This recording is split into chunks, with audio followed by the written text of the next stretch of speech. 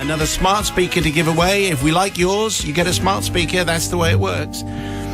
Today's comes from Oriel. Thank you. Dear Simon, Matt, and Holly, Susie, Katie. Wow, everyone's involved. Yeah. It's just, throwback. You're never quite sure, so there you go. There is something I feel guilty about and have always needed forgiveness for, but I guess that part is up to you. When I was at school, St Custard's, obviously, I have to admit that I wasn't very sporty.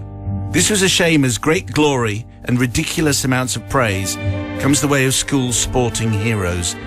This is unfair, of course, as the sporty types are often beastly to the rest of us. Yes, thank you. Tell which way this is going. Wow. Yes, Okay. we know you've got lovely hair, muscles and so on, and we know you can throw, kick, aim, shove better than the rest of us. This does not make you a better person. Just remember that, sporty types, when you're running the government. Anyway, What? Hang on. now, I had a particular problem with hockey. I'm sorry to say that the hockey pitch was much disliked by me.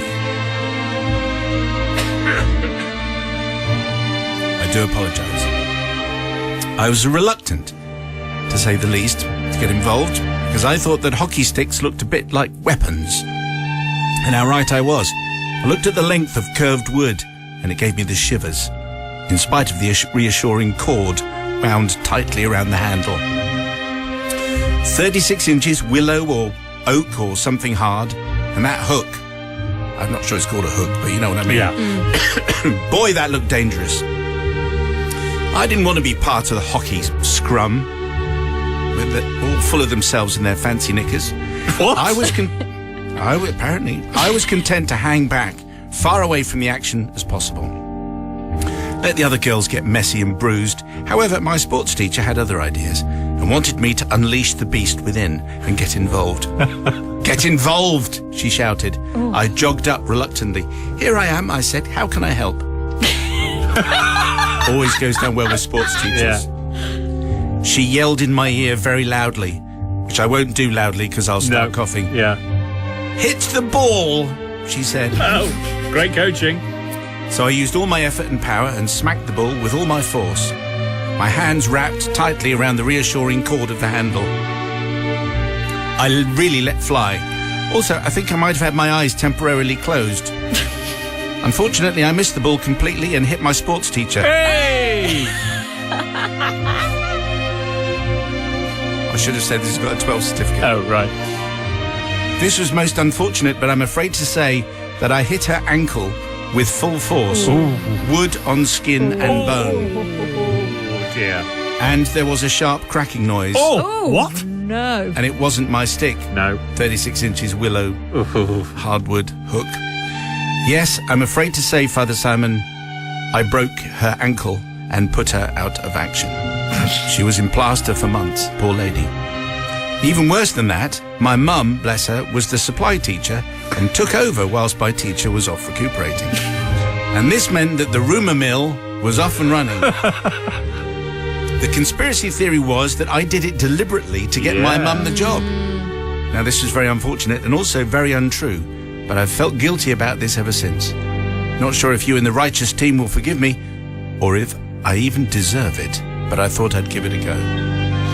Well, you see, in many ways, I think a lot will depend on where you are on the sporting spectrum. I think we've already got a little glimpse of the way Sister Holly Susie Katie's Leading the take jury. this. Yes, very much so. So let's see where we go with Sister Holly.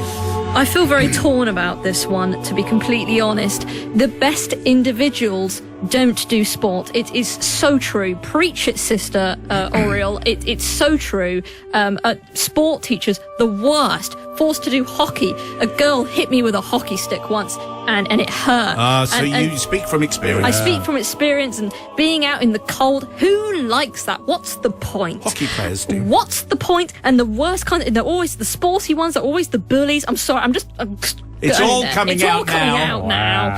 And I'm just, so I completely agree with that. However, I am also the voice of reason. I have to get that. To temper your bias. So, but the teacher was hit in the ankle. That's painful. And I know that from experience. It's very, very painful. And I don't know if she apologised, but she should have apologised. And because there's no evidence that she did that, then I don't forgive. This is very unconvincing, by the way, because you definitely forgive. But you feel as though you have to I feel say... like I have to. Yes, because you're representing the producing role. Anyway, we know where we're going with the brother from another guy. Yes, I'm going to forgive. And a number of reasons here.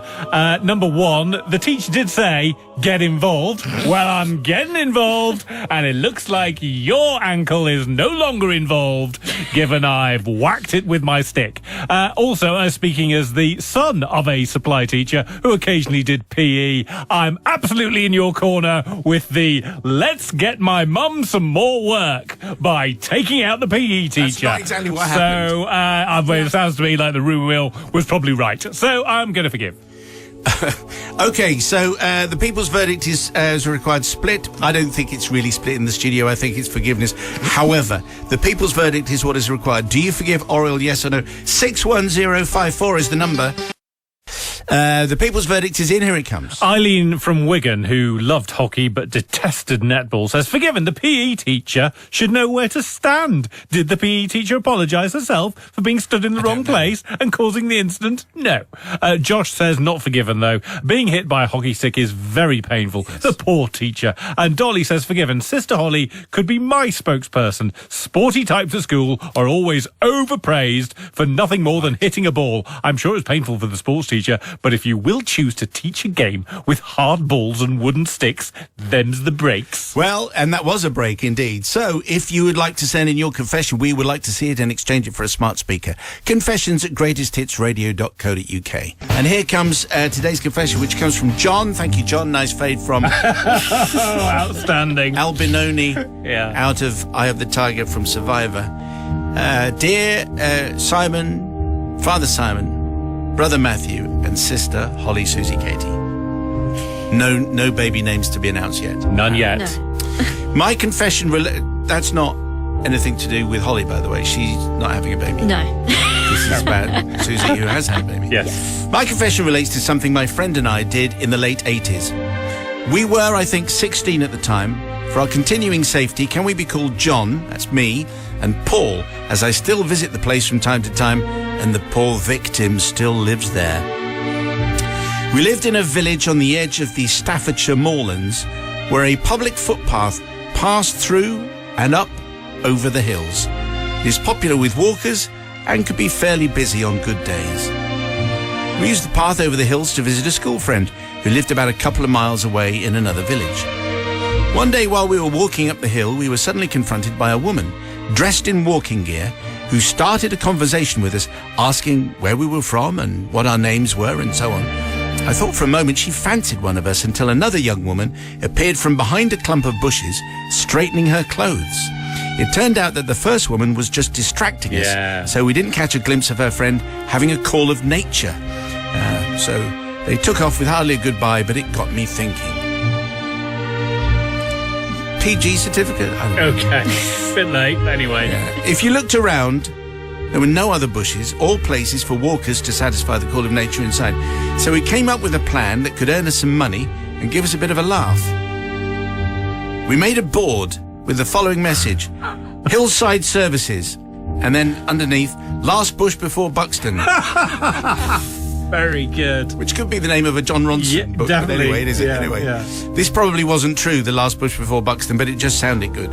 We fastened a toilet roll to it and an honesty box and hid behind the low stone wall with a flock of sheep about 20 yards away, which was parallel to the footpath, to watch what happened. Well, we had a little luck. Most people looked around expecting a trick from one of those always hilarious practical joke television shows. Most walked by, but one or two did use the services, taking our toilet paper, and we actually made about 50 pence. Wow. In the 80s, that was, I mean, that could buy you more than 2 donuts. A house. Yeah. Then it went all wrong, I'm afraid. We found out later that week that the farmer whose land the footpath runs through found out about it. And when he went to the place where we'd put up the board, it just so happened that he found a young boy called Neville. We think he was about 12 as he started at our school the following year from the adjacent farm, poking around in the honesty box. So it looked as though it was his handiwork, because the boundary between the two farms was the wall we hid behind. According to the talk of the town, Father Grumpy, shall we call him, threatened him with his shotgun, and the poor kid...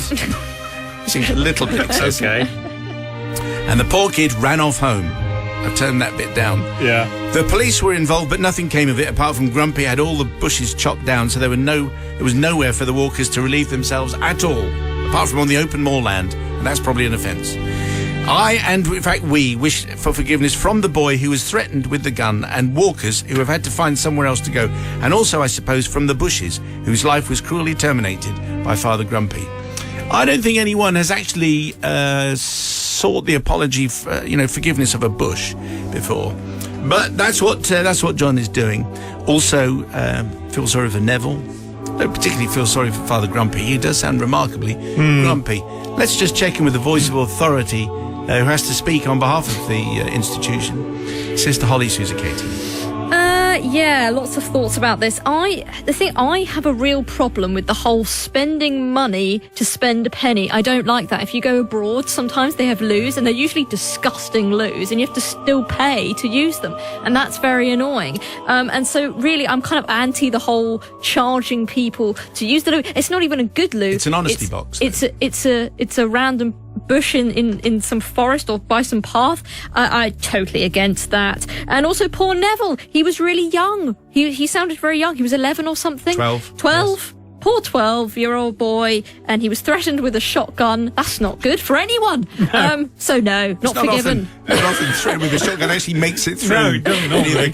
But it was a farmer, and it was the old times. Oh, it was a farmer. So I think he had a blunderbuss. It was a blunderbuss. Blunderbuss, was it? Like the in 20s. the Beano. Brother from another gutter. Yeah, well, clearly, Farmer Grumpy needs to get a sense of perspective, because really didn't warrant bringing out the blunderbuss, did it? I'm not going to be bothered to either about the bushes, because circle of life, not going to get too graphic about it, but it's composting, probably good for them in the long run.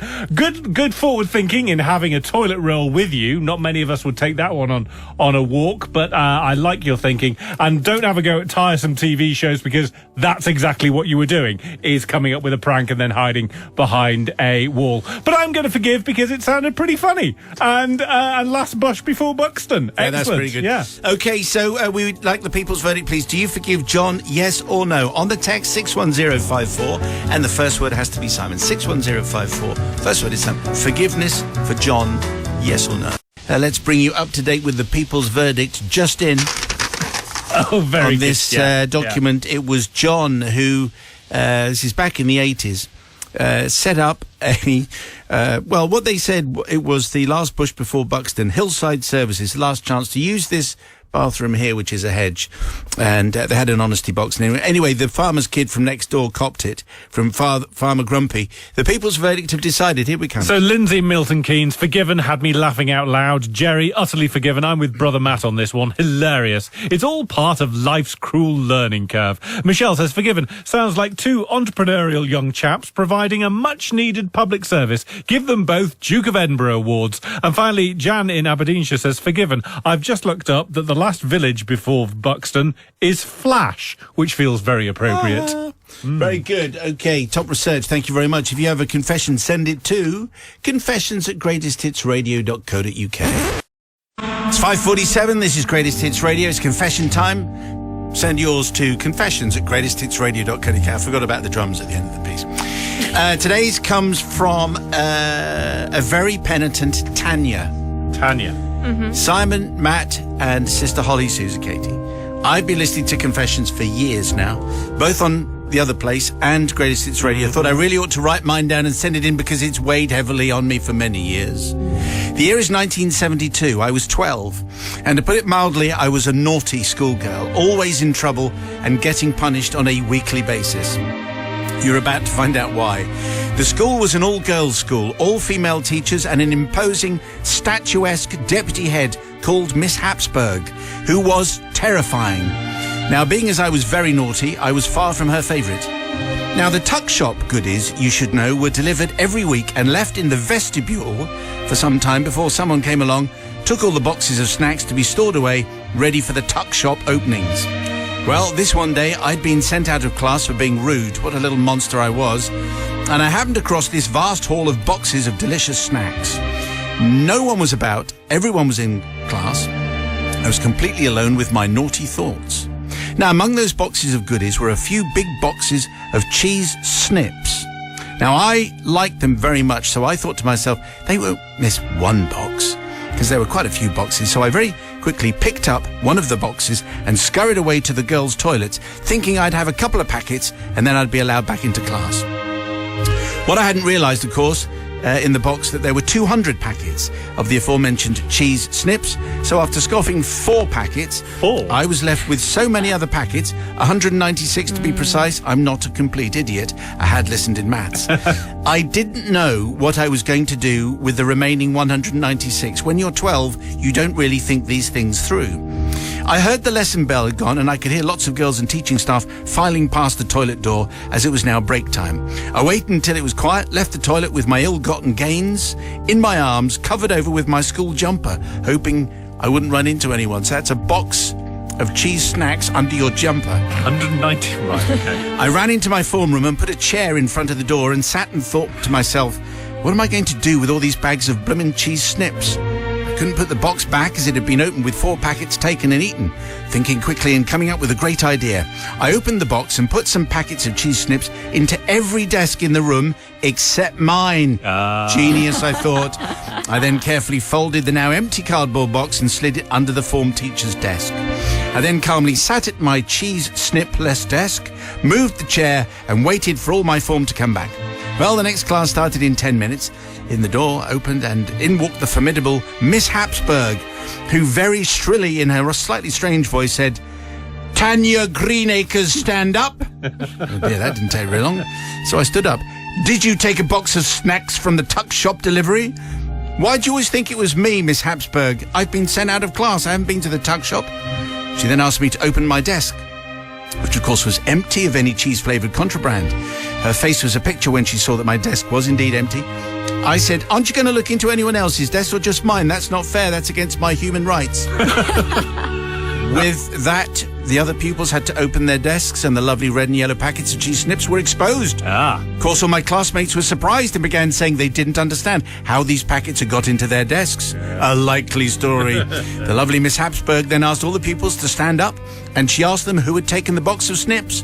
None of them replied, but a few of them sent me looks because they knew what I'd done, because I had a very nasty reputation. But they were frightened to say anything. All pupils in the class were then presented with the folded-up cardboard box and asked again who had done it.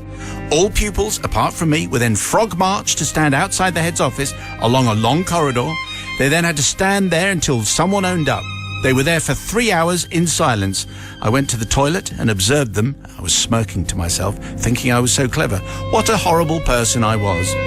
Home time came and they were allowed to leave the corridor and no one had owned up, so they were given 4 weeks of detentions. 4 weeks? Every day after school. Some of them were in tears as they knew they'd be in trouble with their parents as a full report was being sent home. I never owned up, Simon, so today I'm seeking forgiveness from you, Matt, though I doubt he'll forgive this one, and the collective for the humiliation that I caused my classmates all those years ago. I think back now and I think what a horrid thing to do, surely unforgivable, but I do feel better having offloaded like this. Very good punctuation. Yes. I've never spoken about it in 50 years, so you're the first people I've actually told. Oh, right. Beautifully mixed. I thought so. A very penitent Tanya. Does she get the forgiveness of the responsible voice of production from Sister Holly, Susie Katie? The main problem with this is the poor classmates that received the punishment of waiting outside the corridor for 3 hours and in then the detention. silence, and then 4 weeks of detention for something they didn't do. I think that's bad. I think that's bad, Tanya. When it first started and you stole a couple bits of the cheese snips, I thought, okay, well, it's the kind of thing that I might have done, frankly, when I was 12. But it was the fact you didn't own up. That was the problem for me, and that's why I'm not going to forgive you. A brother from another gutter. But will no one consider the role of the school in this misdemeanor? And I think we can all look at why are they still doing this? You're all staying here until someone owns up. That It never never happens. works. It never works. Why do you persist with this ridiculous system? And also, they had most of the cheese biscuits left, didn't they? Most of them were still there. They just have to put them back in the box. Why are they all getting detention for 4 weeks? 4 weeks! And they're having to stand there for 3 hours. Bit drastic and draconian, I'm going to say, from Mrs. Hasberg and the rest of them. And her. And the rest of them, all in a handcart. I'm saying definitely forgiven. Okay, so the people's verdict, please. Whatever Matt meant by all of that. Do you forgive the very penitent Tanya? On the text, please, 61054. First word is Simon.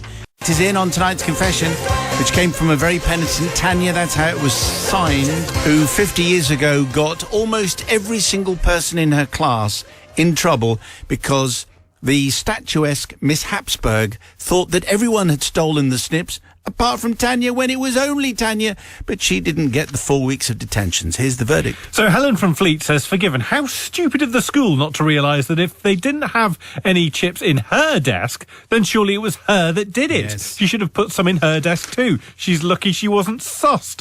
Sarah in Eastleigh says, Matt is bang on. The school is to blame here. They could have just collected up the 196 packets of crisps and put them back in the box. And finally Dawn says, forgiven and not forgiven. I've got two judgments to make on this one. Do I forgive her for liberating a few packets of cheese nips? Yes. Do I forgive her for letting all of her school friends take the blame? No way. It's a divided jury then. Okay, so Tanya gets the smart speaker. Your confession, please deliver it to confessions@greatesthitsradio.co.uk. If you have a confession, it works like this. You send it to confessions@greatesthitsradio.co.uk. Then we read them all, and if they're all legal and Yes. then they get sifted through. And then if we use one, you get a smart speaker. So if you think you've got a tale for us, confessions@greatesthitsradio.co.uk. Adam sends in today's tale. Father Simon, Brother Matt, Sister Holly, Susie, Katie.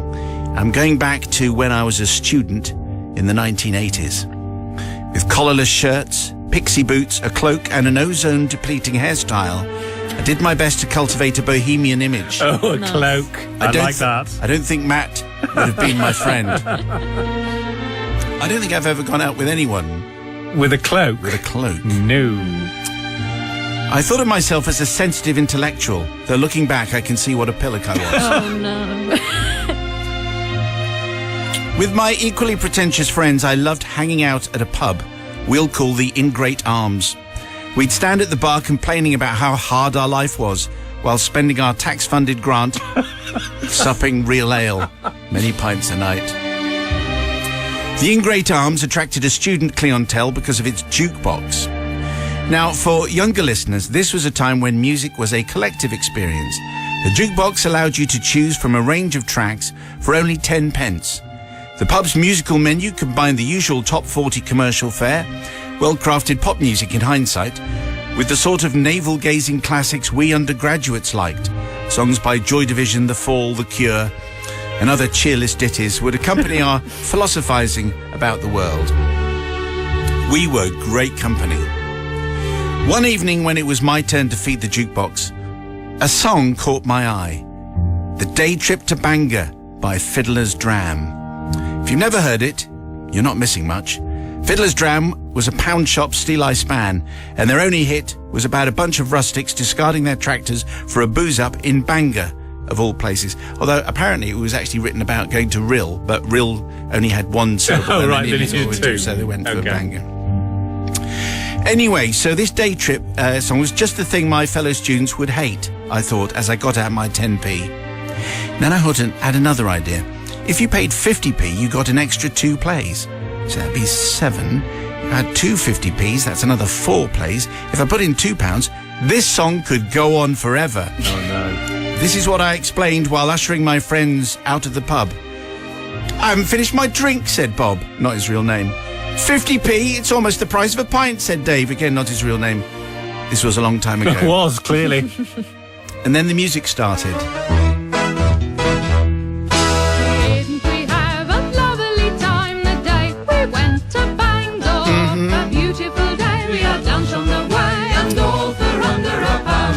It went all the way through, and then it played again.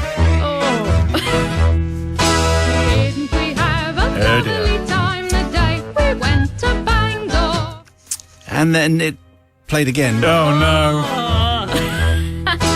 Didn't we have a lovely time the day we went to Bangor? So you get my drift. Yeah, no, we get it now. So I was saying to my friends, do you want to listen to the day trip to Bangor 114 times? It's the dulcet voice of Fiddler's Dram lead singer followed us out into the night. So this is basically it. It's straightforward and simple. Panel, I'd like to beg forgiveness for this immature student prank. Hearing Fiddler's Dram's finest hour once is an endurance test, but 100 times borders on mental cruelty.